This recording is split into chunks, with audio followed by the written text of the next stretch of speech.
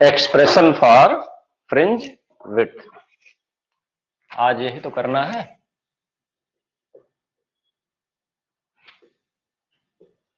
For fringe width, इसको beta से दिखाते हैं तो क्या आंसर देंगे कि दो सक्सेसिव ब्राइट फ्रिंज या दो सक्सेसिव डार्क फ्रिंजेस के बीच का जो डिस्टेंस है वो क्या कहलाता है? Fringe width.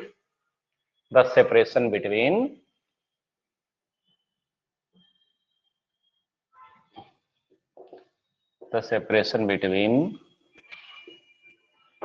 To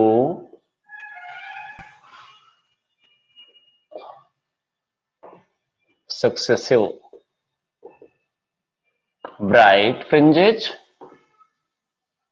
or dark fringes is known as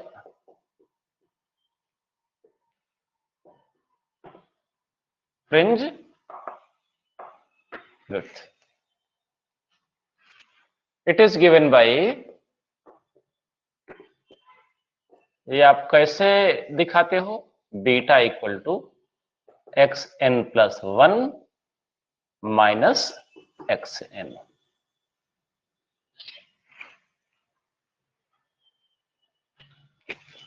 ये तो होता है। देखो स्क्रीन पे जो लाइट पड़ती है ये सेंटर ही होता है, तो यही फ्रिंजेस बनती हैं 1 2 3 4 5 6 7, इधर बनती हैं इधर बनती हैं। काउंटिंग यहां से, पहली फ्रिंज दूसरी फ्रिंज तीसरी चौथी। हम मान लो ये ब्राइट है ये ब्राइट है, तो ये ब्राइट की पहली, ये ब्राइट की दूसरी, ये ब्राइट की तीसरी। तो यहां पर मान लो कौन सी है भाई? यहां पर 10वीं भी हो सकती है, 20वीं हो सकती है, 50वीं हो सकती है। हमने क्या मान लिया? nth फ्रिंज है ब्राइट की, तो nth फ्रिंज का डिस्टेंस क्या हो जाएगा? xn। यहां से nth का डिस्टेंस क्या हुआ? xn। और अगर ये n प्लस वनथ फ्रिंज है ब्राइट की, तो इसका डिस्टेंस क्या हुआ? xn plus one. तो जब इतने दूरी में से इतना दूरी घटाएंगे तो यही तो मिलेगा जो एक फ्रिंज का विड्थ होगा ना। इसलिए क्या लिखा? xn plus one minus xn। या इससे एक कम लेते तो क्या लेते? xn minus one. तो जब xn में से xn माइनस वन घटाते तब भी तो एक फ्रिंज की विड्थ मिलती। तो ऐसे भी निकाल सकते हो xn minus xn minus one, लेकिन हम लोग पॉजिटिव लोग हैं, प्लस लेके चलते हैं, फिर जो होगा देखा जाएगा। तो इसके लिए बहुत जरूरी है कि x की वैल्यू निकले, और किसके टर्म में निकले? जो चीजें पता है। क्या पता है? कोहेरेंट सोर्सेज के बीच का डिस्टेंस आपने इंटर में ही पढ़ा है, स्मॉल डी से दिखाते हैं। सोर्स से स्क्रीन का डिस्टेंस कैपिटल डी से दिखाते हैं। ठीक, तो हम पाथ डिफरेंस पहले निकालेंगे। पाथ डिफरेंस मतलब डिस्टेंस में डिफरेंस। कुछ दूरी चली पॉइंट पी तक पहुंचने के लिए बीम वन, कुछ दूरी चली बीम टू, तो पाथ डिफरेंस क्या होगा? जिस बीम की डिस्टेंस ज्यादा होगी उसमें से कम वाले को माइनस कर देंगे। तो थोड़ा सा फिगर भी बनाना पड़ेगा, फिर माइनस प्लस होगा।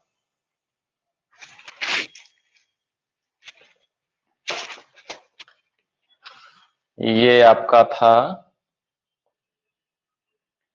Original monochromatic source. ये सीधे जाता था स्क्रीन पे, और ये स्क्रीन है।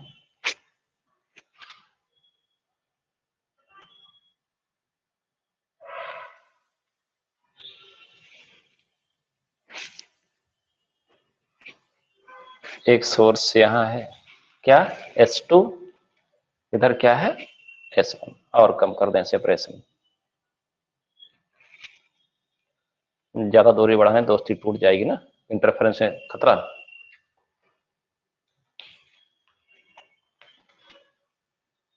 ये सोर्स S1 है, ये सोर्स S2 है। ठीक, S1 और S2 में सेपरेशन क्या होता है? स्मॉल डी, ये आपने पढ़ा होगा। इससे स्क्रीन का डिस्टेंस क्या होता है?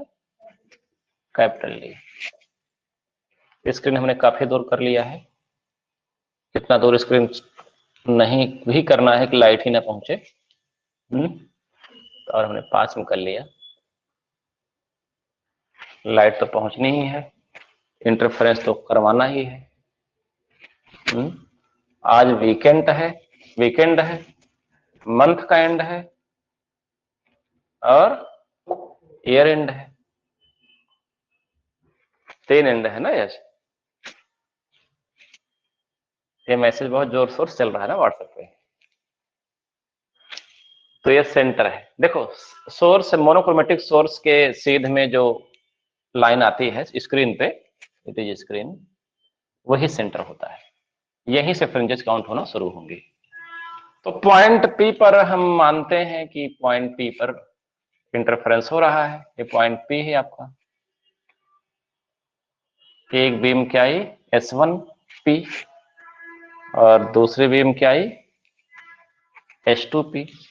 कोई भी पर्सन देख के बता देगा कि S2P ने ज्यादा चला S1P से, है ना। पाथ डिफरेंस क्या होगा, S2P का डिस्टेंस माइनस S1P का डिस्टेंस। लेकिन निकालना भी तो पड़ेगा, कैसे मान लेंगे, निकालना पड़ेगा ना। तो निकालने के लिए आप क्या करोगे, कुछ मैथ करनी पड़ेगी। इस लाइन को यहां मिला दो और इस लाइन को यहां मिला दो। ये मान लो M पॉइंट है, ये मान लो N पॉइंट है। अच्छा, S1 S2 के बीच में डिस्टेंस D है। क्योंकि S सेंटर में है तो ये डिस्टेंस क्या होगा, D/2। ये डिस्टेंस क्या होगा, D/2। समझ रहे हो ना, इतना डिस्टेंस क्या होगा, D/2। अगर यहां D/2 है तो ये भी क्या होगा, D/2। इधर भी क्या होगा, D/2। अब मान लो सेंटर से पॉइंट P का डिस्टेंस है x। कितना है, x। तो N पॉइंट से पॉइंट P का डिस्टेंस क्या हो जाएगा, N पॉइंट से Pn कितना हो जाएगा।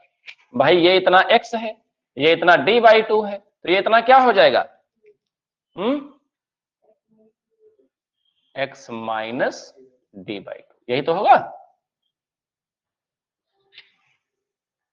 और ऐसे यहां तक x है, ये इतना D/2 है, तो M से P का डिस्टेंस क्या हो जाएगा, बोलो, क्या ये x प्लस D/2 नहीं हो जाएगा। सही पढ़ा रहे ना। अगर ये D है तो ये भी D है, ये भी D है, ये भी D है। स्क्रीन और सोर्सेज का तो यही मैटर है ना।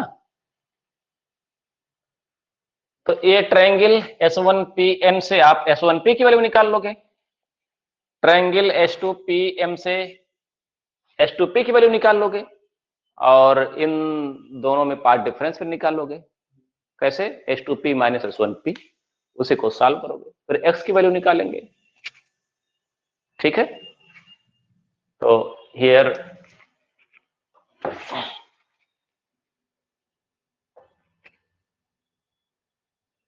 स्मॉल d क्या है, separation between two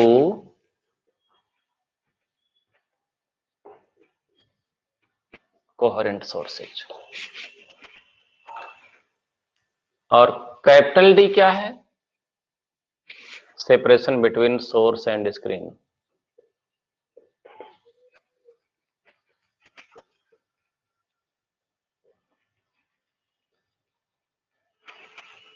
source and screen.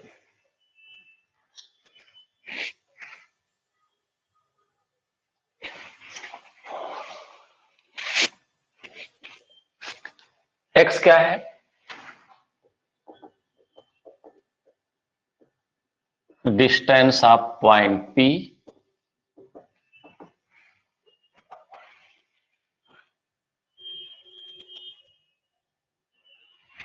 एक लाइन एग्जाम में अगर अलग से आता तो एक लाइन ये भी लिख देना कि मान लो आप बताओगे कि beam 1 and beam 2 superimpose on point at point P, ये एक लाइन लिख देना।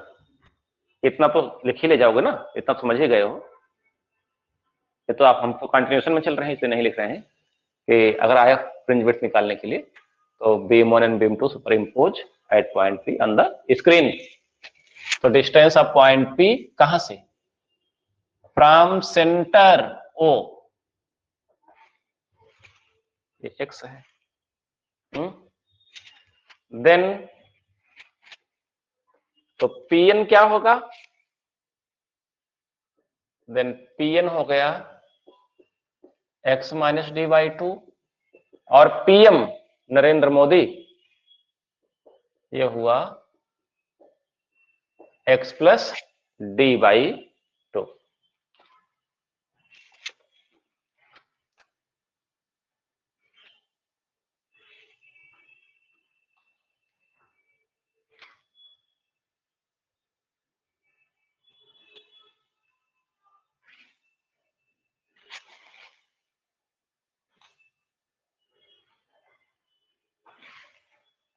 तो पाथ डिफरेंस बिटवीन बीम 1 और बीम 2 क्या हो जाएगा, H2P माइनस S1P। फिगर बना रहे हो, बना लो figure.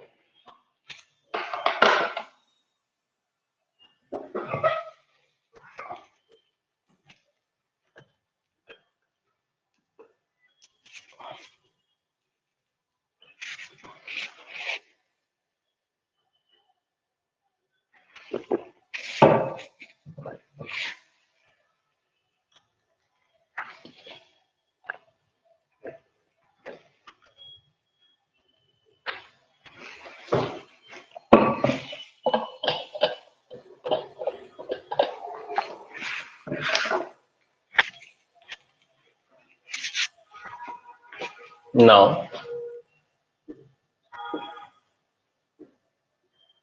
path difference between beam 1 and beam 2 delta, delta क्या हो जाएगा, it is H2P minus S1P। ये क्वेश्चन 2 हुआ, ठीक। अब S1P कहां से निकलेगा, इन ट्रायंगल S1PN, ध्यान दो S1PN, इस लाइन को भी भूल जाओ, ये ट्रायंगल S1PN ये एक राइट एंगल ट्रायंगल है कि नहीं है, समकोण त्रिभुज। तो क्या लगाओगे, पाइथागोरस थ्योरम, क्या हो जाएगा, S1P square equal to S1N square plus PN square. लिखे, in right angle triangle S1PN क्या होगा भैया, S1P square equal to S1N square plus PN square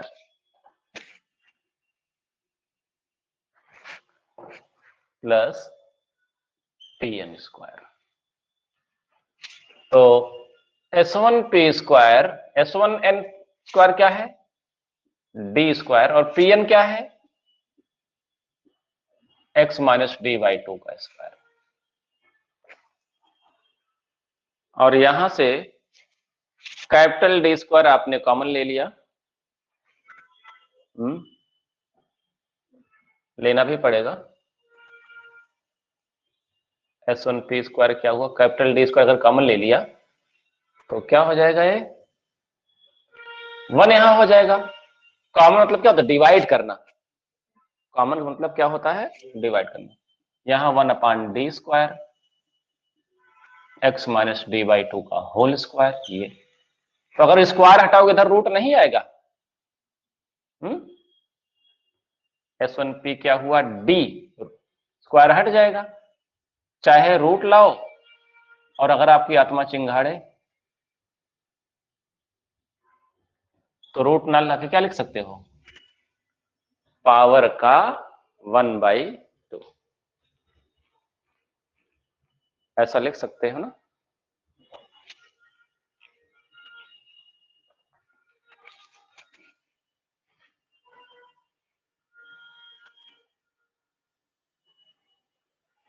तो अब यहां पर बायनॉमियल थ्योरम लगाएंगे। देखो स्मॉल डी बहुत कम होता है, डी ज्यादा होता है, तो एक्स बाई डी क्या होगा, कम होगा। तो यहां पर क्या लगा सकते हो, बायनॉमियल थ्योरम, द्विपद प्रमेय 1 प्लस एक्स पावर एन, बस एक प्लेस तक 1 प्लस एन एक्स, क्योंकि x छोटा है, यहाँ x जगह पे ये इतना, ये छोटा है, तो छोटा है तो स्क्वायर करोगे तो और छोटा, क्यूब करोगे तो महा छोटा। फिजिक्स में जब बहुत छोटे से क्या करेंगे, निगलेक्ट कर देंगे, केवल एक प्लेस तक लेंगे बस। तो यहाँ n की जगह पे क्या है, 1/2, 1 प्लस एक्स पावर एन ऐसा लिखते ना, 1 plus n x plus n n minus 1 upon factorial 2 x square, ऐसे बढ़ाते जाते हैं। तो यहां पर n की जगह पे हाफ आगे आ जाएगा, ये यही इतना रहेगा, ठीक, एक ही प्लेस तक लेना है। तो आप क्या लिखोगे, S1P equal to d 1 plus 1 upon 2d square x minus d by 2 का होल स्क्वायर। ये कहां से लिया आपने, from binomial theorem, binomial expansion. अब इस डी को सम्मानपूर्वक अंदर मल्टीप्लाई कर दो,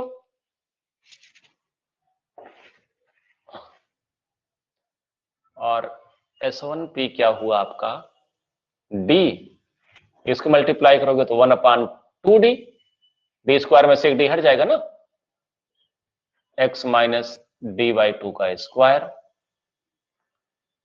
ये क्वेश्चन नंबर क्या, 3।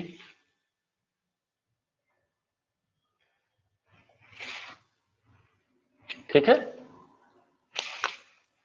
अब क्या करना है, अब H2P लाना है तो क्या करोगे आप, क्या मानोगे, कौन सा ट्रायंगल, H2PM यदि मानोगे, तो यहां क्या होगा, H2P का स्क्वायर इक्वल टू H2M का स्क्वायर प्लस PM का स्क्वायर, और PM क्या है, x प्लस टी बाई 2 का स्क्वायर। तो in right angle triangle, in same way in right angle triangle H2PM, इसमें क्या होगा, H2P square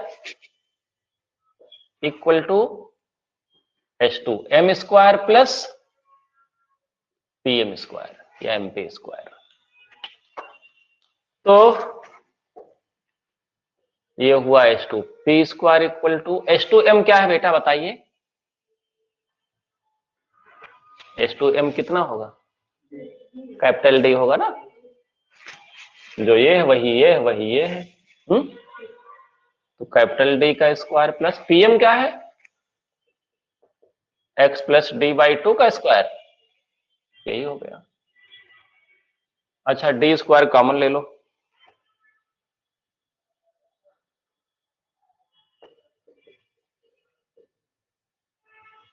one plus 1 upon D square X plus D by 2 का स्क्वायर, सही है। इधर मैं पूरा रफ कर दूं,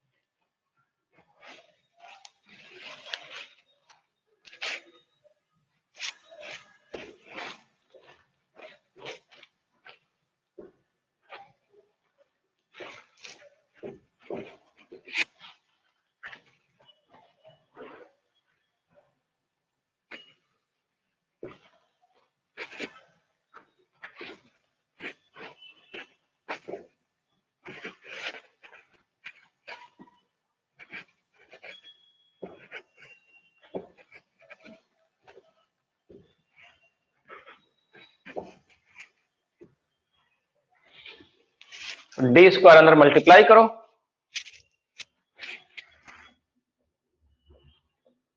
h2p स्क्वायर क्या हो जाए, नहीं मल्टीप्लाई करने के लिए नहीं निकाला था, कॉमन लिया था, इसको स्क्वायर हटाएंगे पिछली बार की तरह, फिर क्या हो जाएगा डी, और इसका क्या होगा बेटा, इसका पावर हाफ, फिर बारहवें थ्योरम लगाएंगे वही चीज। तो H2P क्या हुआ, D प्लस, सॉरी शॉर्ट कर देते इसको, 1+1/2 आगे आ जाएगा ना, 1+x⁴n से 1/2 आगे आ जाएगा, x प्लस d/2 का स्क्वायर, फिर वही बात क्या, फ्रॉम बाइनोमियल थ्योरम, d से पुनः मल्टीप्लाई करो, H2P equal to D 1/2D x plus d/2 का स्क्वायर। ये क्वेश्चन 4।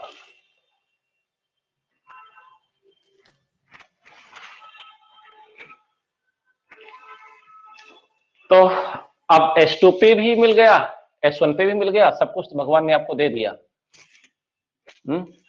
इन दोनों को उठाओ और सम्मान पूर्वक कहां रखो, इक्वेशन 2 में, using 3 and 4 in 2।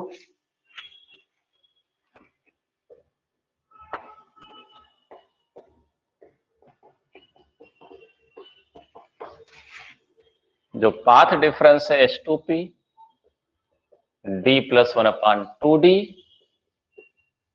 x plus d/2 का स्क्वायर, और ये माइनस हो जाएगा ना, minus D minus 1/2D x minus d/2 का स्क्वायर, ये तो कैंसिल हुआ। इन दोनों में से क्या कॉमन आया, 1/2D x प्लस d/2 का square minus x minus d/2 का स्क्वायर, तो a square minus b square क्या होगा, a minus b a plus b, 1/2D x plus d/2, minus करेंगे तो माइनस x और प्लस d/2 हो जाएगा ना। दूसरे ब्रैकेट में क्या लिखोगे बेटा, सबको प्लस कर लोगे, x plus d/2 plus x minus d/2, ये कैंसिल, ये कैंसिल, d/2 प्लस d/2 क्या हुआ d,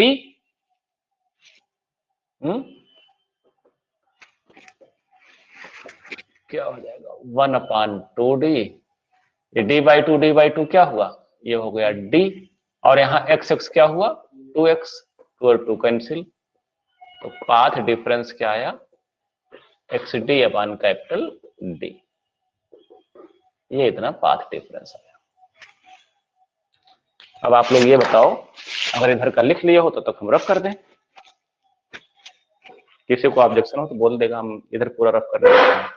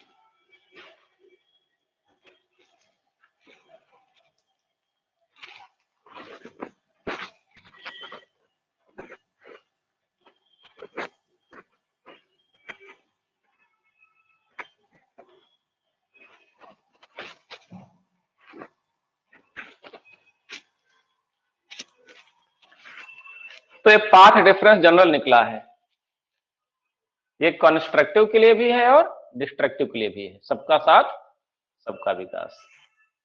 पॉइंट पी पर कौन सी फ्रिंज बनेगी हमको पता नहीं, फ्रिंज बनेगी पता है, वहां पर डार्क फ्रिंज बनेगी या ब्राइट कौन जानता है। जैसा पाथ डिफरेंस निकलेगा उसी अनुसार डिसाइड करेंगे। दोनों पॉसिबिलिटीज हैं, ये सेंटर था वो ना, और पॉइंट पी यहाँ है, तो फ्रिंज जैसे बनेंगे bright dark bright dark. Centre पर ब्राइट फ्रिंज बनती है, क्या बनती है, ब्राइट फ्रिंज बनती है, ठीक, क्योंकि दोनों इक्वल पाथ डिफरेंस ट्रेवल करते हैं दोनों वेव्स। भाई ये मिड में होता ना सेंटर, तो ऐसे ऐसे ऐसे ऐसे पॉइंट भी आपने कहां पर लिया पता नहीं ना, तो यहाँ पर ब्राइट भी हो सकती है और डार्क भी, दोनों पॉसिबिलिटीज हैं। तो यहाँ का जो पार्ट डिफरेंस निकला है, एक बार इसको सेटिस्फाई कराएंगे, इक्वल करेंगे ब्राइट फ्रिंज वाले पार्ट डिफरेंस से। ब्राइट फ्रिंज वाला पार्ट डिफरेंस मतलब मैक्सिमा के पार्ट डिफरेंस से या कंस्ट्रक्टिव इंटरफेरेंस वाले से, और एक बार इसको सेटिस्फाई कराएंगे डिस्ट्रक्टिव वाले से, ठीक। तो केस 1,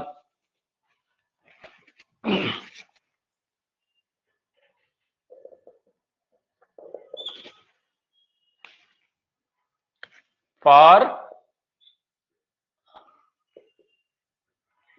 constructive interference या मैक्सिमा, और कंस्ट्रक्टिव इंटरफेरेंस और मैक्सिमा।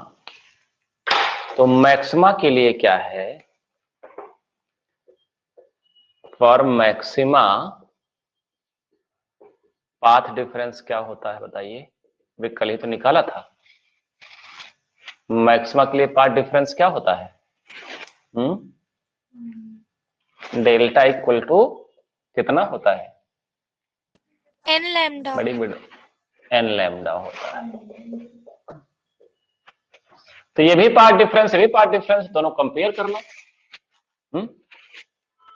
क्योंकि पी पर कोई भी फ्रिंज बन सकती है, ब्राइट या डार्क। तो कंपेयरिंग 5 and 6,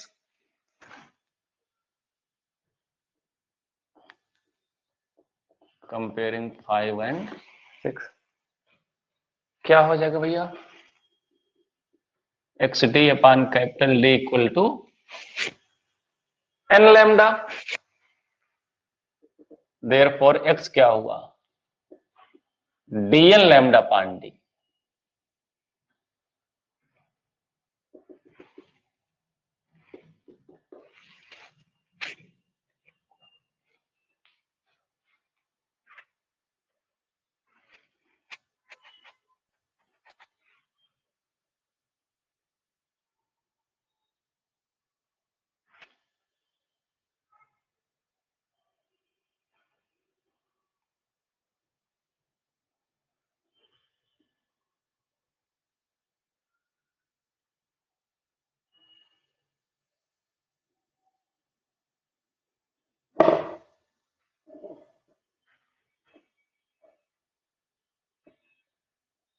ठीक, अब एक्स क्या है, एक्स है पोजीशन, पोजीशन नहीं है, एक्स है ओ से पॉइंट पी की दूरी। तो जो फ्रिंज यहां पी पर बन रही है उसका पोजीशन। तो यहां पर हमने क्या माना, पी पर क्या बन रहा है, ब्राइट फ्रिंज बन रहा है। ऐसा क्यों बोल रहे हैं, क्योंकि हमने कंडीशन क्या लगाया, मैक्सिमा का। लेकिन पी पर जो ब्राइट फ्रिंज बन रहा है कौन सा ब्राइट फ्रिंज है, भी तो नहीं पता। वो 5वीं ब्राइट फ्रिंज है, 10वीं है, 20वीं है, कुछ भी हो सकती है ना। वो तो एग्जैक्ट पोजीशन मिलने पता चलेगा, काउंट करते करते 1 2 3 4 ऐसे गिनेंगे। तो हमने क्या मान लिया, एनथ फ्रिंज है। क्या मान लिया, एनथ। एन कुछ भी हो सकता है, 1 2 3 4, ठीक।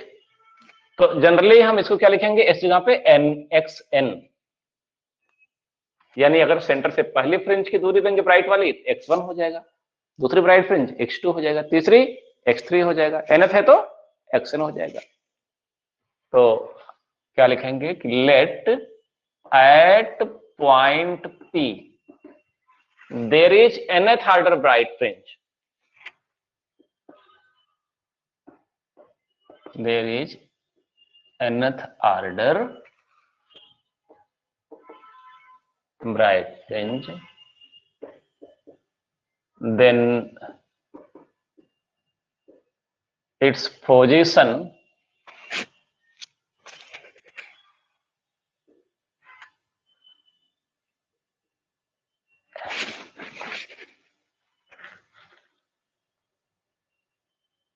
अच्छा लिखते हैं, हाँ, whose position is xn from center.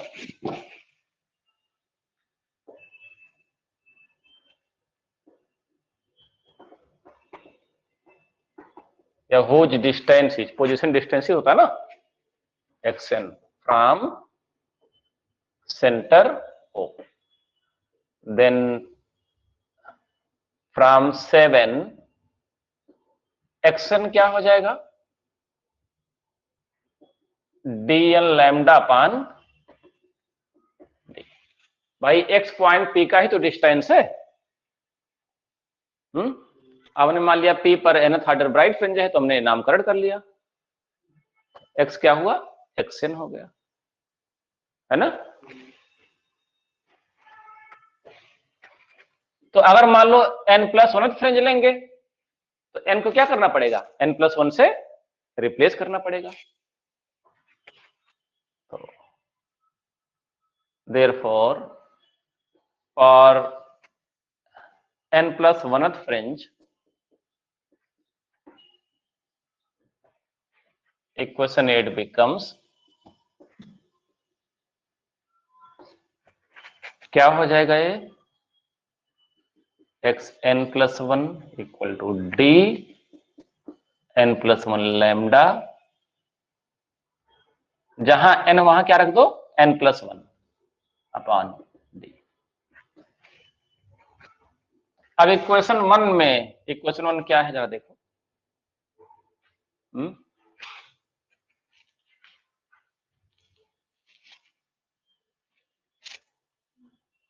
Beta equal to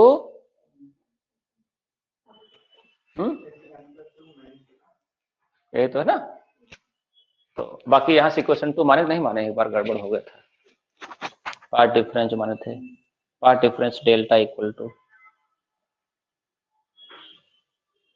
equation 2 ही माने ना, ठीक है तब। अब यूजिंग 8 and 9 in 1,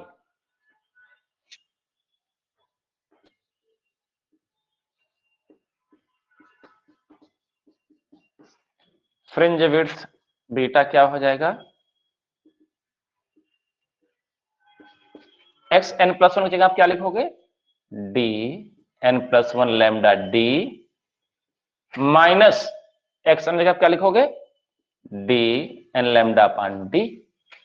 दोनों में से d lambda by d common है ना, देयरफॉर बीटा क्या हुआ, d lambda by small d, n+1 minus n बचेगा ना, ये दोनों कैंसिल हो गए, तो बीटा हुआ d lambda by d। So this is fringe width or bright fringe.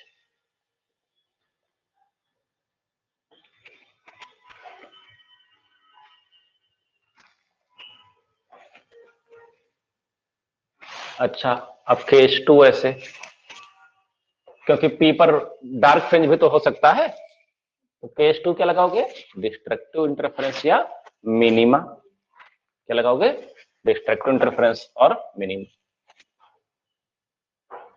Case 2 और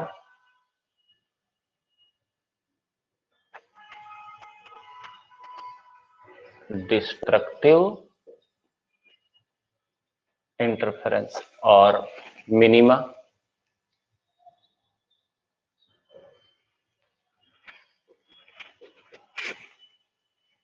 तो फॉर मिनिमा पाथ डिफरेंस क्या हो जाएगा, 2n-1 lambda by 2 और 2n+1 lambda by 2। हाँ, 2n+1 या 2n-1 lambda by.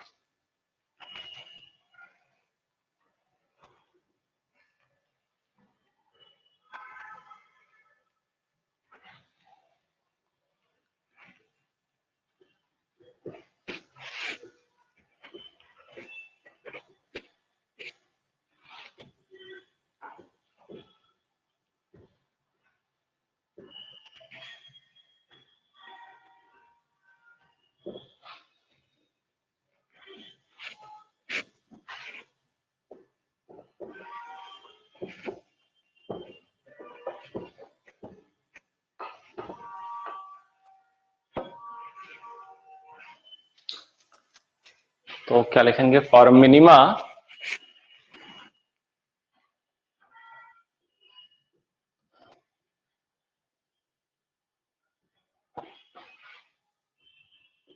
Part difference delta क्या है, 2n+1 λ/2।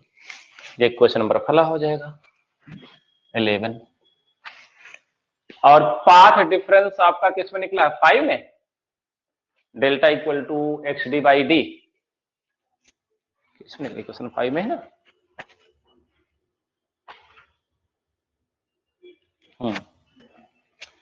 तो वो भी पार्ट डिफरेंस, ये भी पार्ट डिफरेंस है।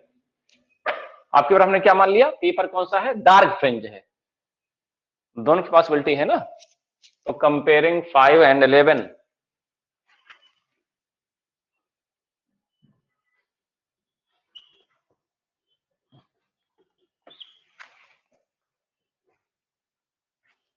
क्या हो जाएगा, 5 और 11 को कंपेयर करेंगे तो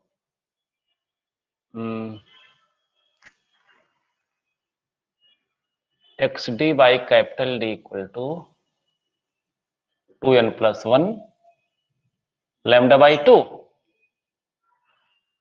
देयरफॉर x आपको चाहिए, d ऊपर गया, d 2n+1 λ/2 small d।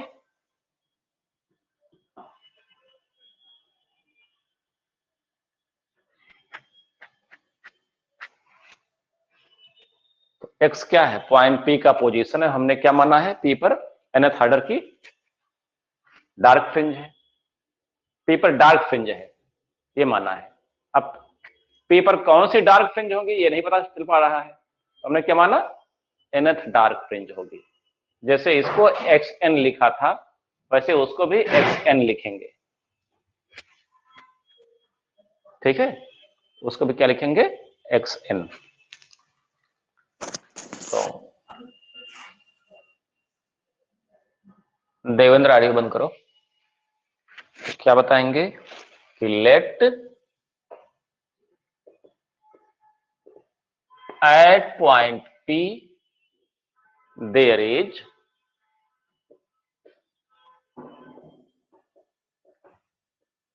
nth order dark fringe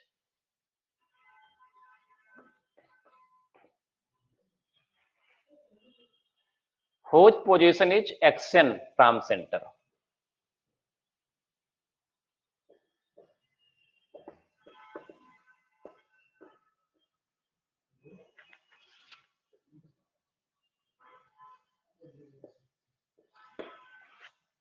तो देन फ्रॉम 12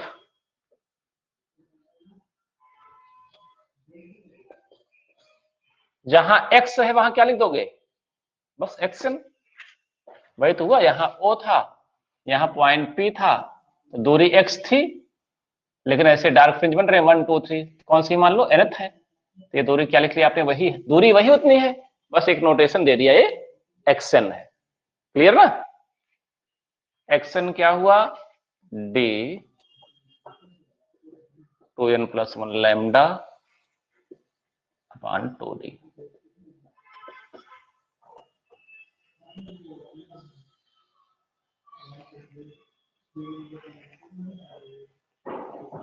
तो therefore position of n+1th dark fringe क्या हो जाएगा, जहां n है वहां पर क्या पुट कर दो, n+1, ये करोगे।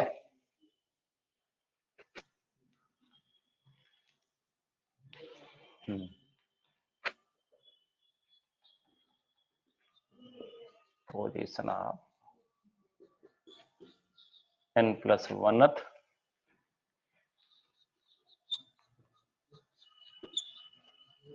dark fringe is given by, जहां n है वहां n+1 कर दो, xn+1 कैपिटल D, यहां 2 n की जगह पर n+1 फिर +1 λ/2d। इसको सॉल्व करके तो 2n+2 +1 है, 2n+3 हो जाएगा ना। तो एक्स एन प्लस वन क्या है आपका, D into 2n plus 3 lambda upon 2d। अब डार्क फ्रिंज के लिए भी आपको एक्स एन मिल गया है, मतलब nth फ्रिंज का पोजीशन मिल गया है और एक्स एन प्लस वन मिल गया है, n प्लस वन फ्रिंज का पोजीशन मिल गया। दोनों पुट कर दो कहां पर, इक्वेशन 1 में बीटा निकालना है ना, यूजिंग 13 and 14 in 1।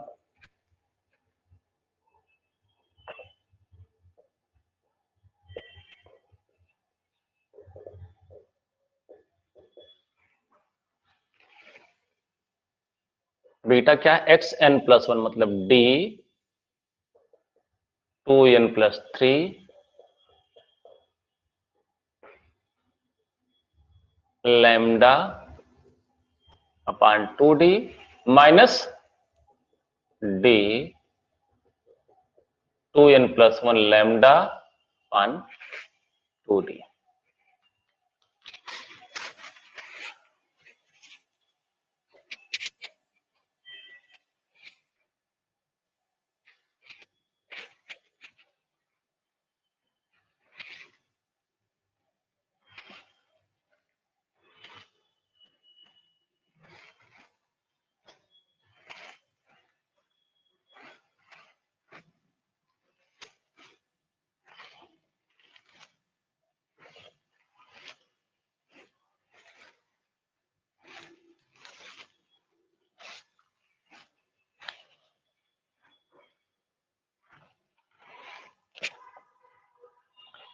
तो बेटा कॉमन क्या है दोनों में,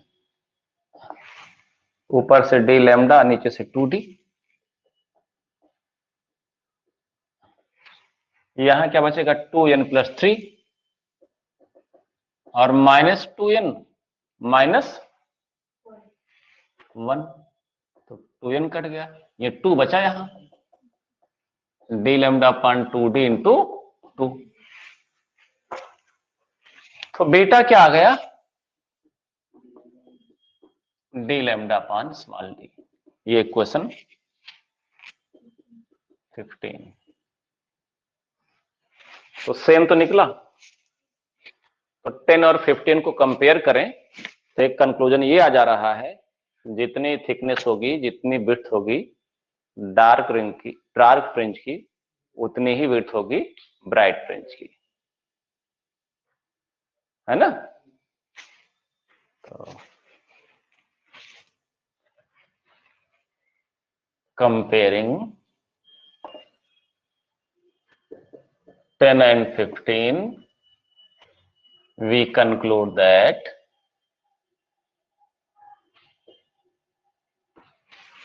interference fringes are of equal thickness.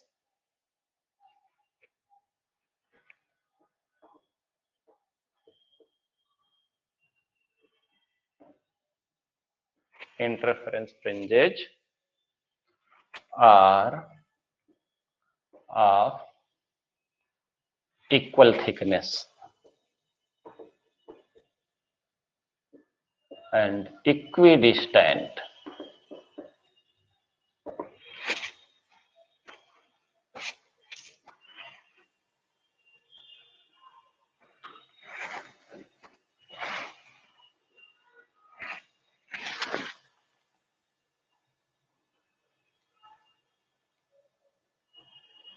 ठीक,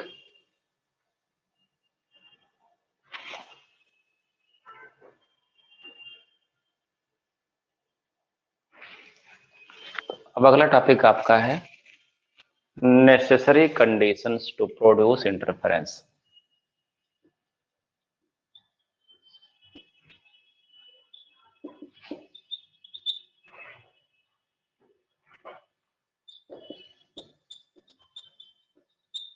To produce sustained interference.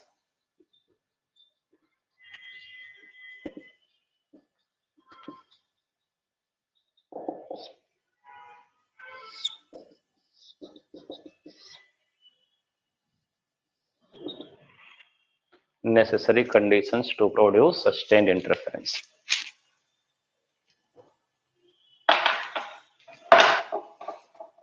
क्या कंडीशंस हैं कि ओरिजिनल सोर्स क्या होना चाहिए, मोनोक्रोमेटिक, दोनों सोर्स जो प्रोड्यूस कर रहे हैं इंटरफेरेंस क्या होना चाहिए, कोहेरेंट, है ना, वो कोहेरेंट होने चाहिए। कोहेरेंट सोर्सेज को स्क्रीन पे स्मॉल एंगल मिलना चाहिए तभी फाइन स्लिट बनेगी। उनके बीच में सेपरेशन क्या है, स्मॉल होना चाहिए। तो ये सब लिखवाएंगे अगली बार, आज थोड़ा सा 2-4 मिनट कम ही पढ़ाएं, वैसे 2 ही मिनट कम है, लिखवा तो पाएंगे नहीं, तो अब नेक्स्ट लेक्चर में जब आप 6 थर्सडे को होगी तब पढ़ाएंगे। कल क्लास बंद करते हैं, ये है कि इसके बाद वाले संडे को क्लास रहेगी, संडे क्लासेस चलती रहेंगी। और अभी टाइमिंग भी आपकी हम चूंकि 15 जनवरी के बाद लगभग ऐसा होगा कि आपको फिर दोनों सब्जेक्ट रेगुलर मिलने लगेंगे लगभग, ठीक है ना, मैकेनिक्स भी और ऑप्टिक्स भी। मैकेनिक्स भी तो एसएचएम खत्म तब तक हो जाएगा, केवल वही यूनिट 1 का और इलास्टिसिटी बचेगा बस थोड़ा सा। ओके बच्चों, जो लिख ले मीटिंग छोड़ दे। और सभी लोगों को हमारी तरफ से हैप्पी न्यू ईयर आज से ही, ठीक है, सब लोग Same खुश to you, रहो, sir. स्वस्थ रहो, और हम मिलते हैं 1 साल बाद ना। Thank you, sir. ओके बच्चों, बेटा।